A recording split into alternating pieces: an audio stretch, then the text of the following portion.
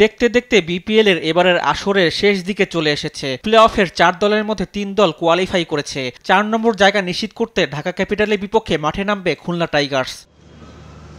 11 ম্যাচে 10 পয়েন্ট নিয়ে পঞ্চম স্থানে রয়েছে খুলনা। 12 পয়েন্ট নিয়ে 4 নম্বরে থাকা রাজশাহীকে টপকে প্লে অফে জায়গা করে নিতে একটা জয়ই যথেষ্ট খুলনার জন্য। নেট রান রেট ভালো থাকায় ঢাকাকে হারাতে পারলেই রাজশাহী সমান 12 পয়েন্ট নিয়ে প্লে অফে টিকিট পাবে রূপসাপাড়ের দলটি। সবশেষ ম্যাচে রংপুরকে হারিয়ে বেশ আত্মবিশ্বাসী খুলনা। ডু অর ডাই ম্যাচে জয়ের জন্যই মাঠে নামবে খুলনা টাইগার্স। অন্যদিকে 6 নম্বরে থাকা ঢাকা ক্যাপিটালের এবারে বিপিএল মিশন শেষ। তাদের জন্য ম্যাচটি শুধুই নিয়ম রক্ষার, হারানোর আর কিছুই নেই। তানজিদ লিটনরা চাইবে জয় দিয়ে খুলনার প্লে অফ খেলা আটকে জয় দিয়ে এবারে বিপিএল মিশনটা শেষ করতে। দিনের দ্বিতীয় ম্যাচে চিটাগং কিংসের বিপক্ষে মাঠে নামবে ফরচুন বরিশাল। 18 পয়েন্ট নিয়ে টেবিলের শীর্ষে রয়েছে টুর্নামেন্টের অন্যতম ফেভারিট এই দলটি। প্লে অফের এলিমিনেটর পর্ব নিশ্চিত করেছে বরিশাল। প্লে অফে মাঠে নামার আগে শেষবারের মতো নিজেদের ঝালিয়ে নেওয়ার সুযোগ পাচ্ছেন তামিম মুশফিক মাহমুদুল্লাহরা। টানা জয়ের মধ্যে থাকা বরিশাল ধারাবাহিকতা ধরে রাখার জন্যই মাঠে নামবে।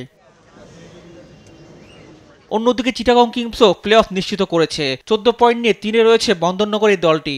বরিশালকে হারাতে পারলে 2-এ উঠে এলিমিনেটর পর্বে খেলার সুযোগ পাবে চিটাগং। সবশেষ 2 ম্যাচেও জয় রয়েছে তাদের। তাই তো বরিশালকে হারিয়ে নেট রান রেটে এগিয়ে থেকে রংপুরকে টপকে এলিমিনেটর পর্বে ওঠার লক্ষ্য নিয়েই মাঠে নামবে চিটাগং কিংস।